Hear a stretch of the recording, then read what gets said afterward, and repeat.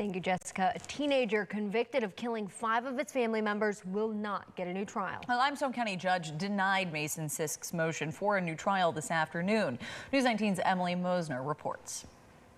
In a hearing that lasted a little less than 15 minutes, Limestone County Judge Chad Wise denied Mason Sisk's motion for a new trial. The motion was filed in October, just weeks after a judge sentenced Sisk to life in prison without the possibility of parole for killing 5 members of his family in 2019. A jury convicted Sisk of capital murder back in April, but Friday, his attorneys argued that the jury could have been swayed by items that they don't believe should have been shown to the jury. We argued extensively that Mason's statement to law enforcement should not have been allowed to be played at trial.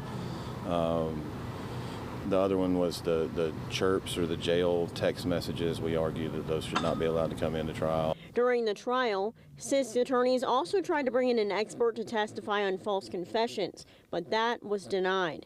His attorneys tell me the outcome of the motion for a new trial was not a surprise. We pointed out some things that we thought the judge got wrong in the actual trial.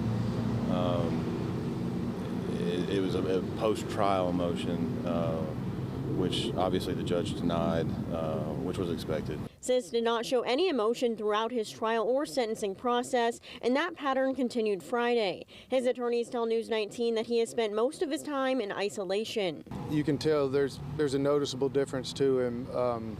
He's withdrawn a little bit more. He's not very comfortable. He's been kept in isolation since. Believe he'll be returned to isolation. He's not really having any contact and not really given much latitude as far as that. So I think the isolation has had a significant impact on him. Sisk will now have 42 days to file an appeal. However, it is likely that he'll have a new defense team for that process. News 19 will continue to monitor his appeal process. In Athens, Emily Mosner, News 19. The Limestone County DA's office didn't have any comment after the hearing.